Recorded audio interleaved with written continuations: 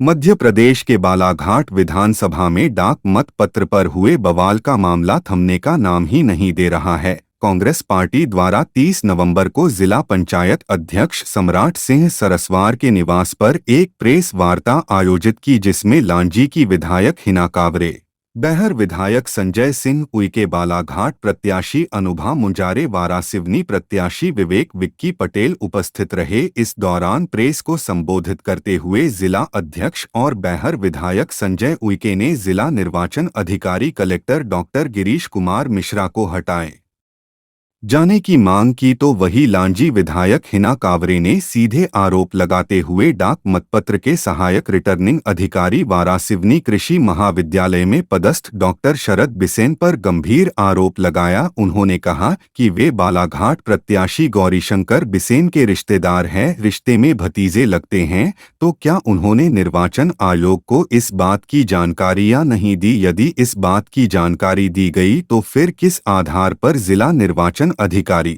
और collector doctor Girish Kumar Mishra द्वारा उनकी ड्यूटी चुनाव कार्य में लगाई गई? यही नहीं, यदि उन्होंने जानकारी नहीं दी तो उनकी गलती है, और जानकारी देने के बाद निर्वाचन अधिकारी ने उनकी ड्यूटी जानबूझकर लगाई है तो यह पूरी की पूरी निर्वाचन अधिकारी की गलती है। यही नहीं, लांजी विधायक हिना कावरे ने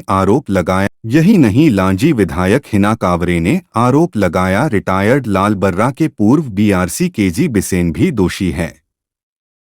यही नहीं, इस मामले में जितने दोषी एसडीएम गोपाल सोनी थे, उतने ही दोषी डाक मतपत्र के सहायक रिटर्निंग अधिकारी डॉक्टर शरद बिसेन भी है। उन पर भी निलंबन। इन सब चीजों में सबसे इम्पोर्टेंट बात यह है कि जो बात ये बताई जा रही है कि 3 बजे स्ट्रॉन्ग रूम खुलना है, कि हम सबको मालूम है, सारे कैंडिडेट्स को मालूम है, लेकिन इसमें जो खुलता है उसमें डाक मतपत्र जमा होते हैं। डाक मतपत्रों की ना तो छटिंग होती है, ना तो जो डाक मतपत्र पहले से वहाँ पेटी है उसको ओपन किया जाता है, लेकिन बालाघाट विधानसभा में ओपन किया गया, जो कि सभी लोगों के लिए संदेह की बात है कि ऐसा क्यों किया गया। और पहली बात थी, जिस तहसीलदार को आपने निलंबित किया, जिस एसडीएम को आपने निलंबित किया, लेकिन हम ये बात जानना चाहते हैं कि 3 बजे जो स्ट्रॉन्ग रूम खुलना था वो 1 बजे किसके आदेश पे खुला?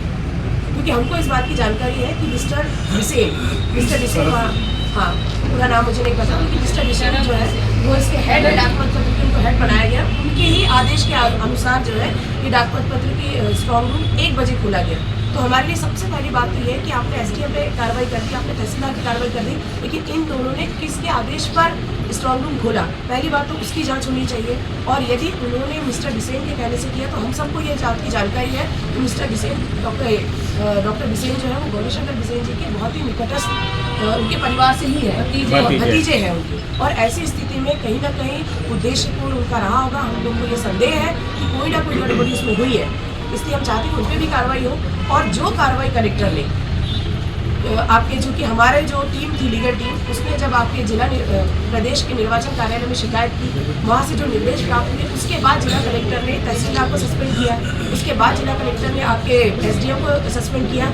लेकिन जब 3 बजे के समय को यदि 1:30 बजे उन्होंने अगर स्ट्रॉन्ग रूम खुला है तो आपको निर्वाचन आयोग की शिकायत का रास्ता आपने क्यों दिया? सबसे पहले तो उनको इमीडिएट आपको उनको पहले ही निलंबित कर देना चाहिए था, क्योंकि वो जिला अधिकारी अगर यहाँ पर है और चुनाव के हेड है तो उनको सबसे पहले एक्शन लेना था कि उन्हीं को ये करना था। उन्होंने क्यों रास्ता देखा कि आप जो है वो जिला आपका प्रदेश निर्वाचन कार्यालय से आपको आयोग से आपको सूचना मिला, उसके बाद आप कार्रवाई करो?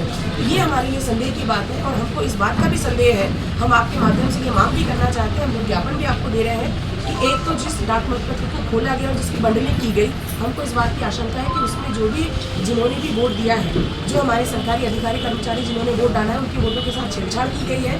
लेकिन अब जब 3 तारीख को मतगणना होना है तो हम आपके माध्यम से आयोग से ये निवेदन करना चाहते हैं कि हमारे बालाघाट विधानसभा में जब भी डाक मतपत्र का काउंटिंग हो, उस समय एक ऐसा अधिकारी भोपाल स्तर से भेजा जाए जिसको कि डाक मतपत्र का पूरा अनुभव हो, और वो अपने अनुभव के आधार पर यहाँ पर आए और वो इस बात को पहले संतुष्ट हो जाए कि डाक मतपत्र में बंडलिंग के समय इसके अंदर कोई छेड़छाड़ नहीं हुई है। क्योंकि बंडलिंग जो है वो लिफाफों की बंडलिंग हुई है, लेकिन उसके अंदर कोई छेड़छाड़ ना हो। जिस दिन 3 तारीख को मतगणना हो उस दिन हम चाहते हैं कि वहाँ से कोई अलग से एक अधिकारी केवल बालाघाट विधानसभा के लिए आए, क्योंकि जिसको ये अनुभव हो, क्योंकि हमको पूरी आशंका है कि उसके साथ छेड़छाड़ हुई है।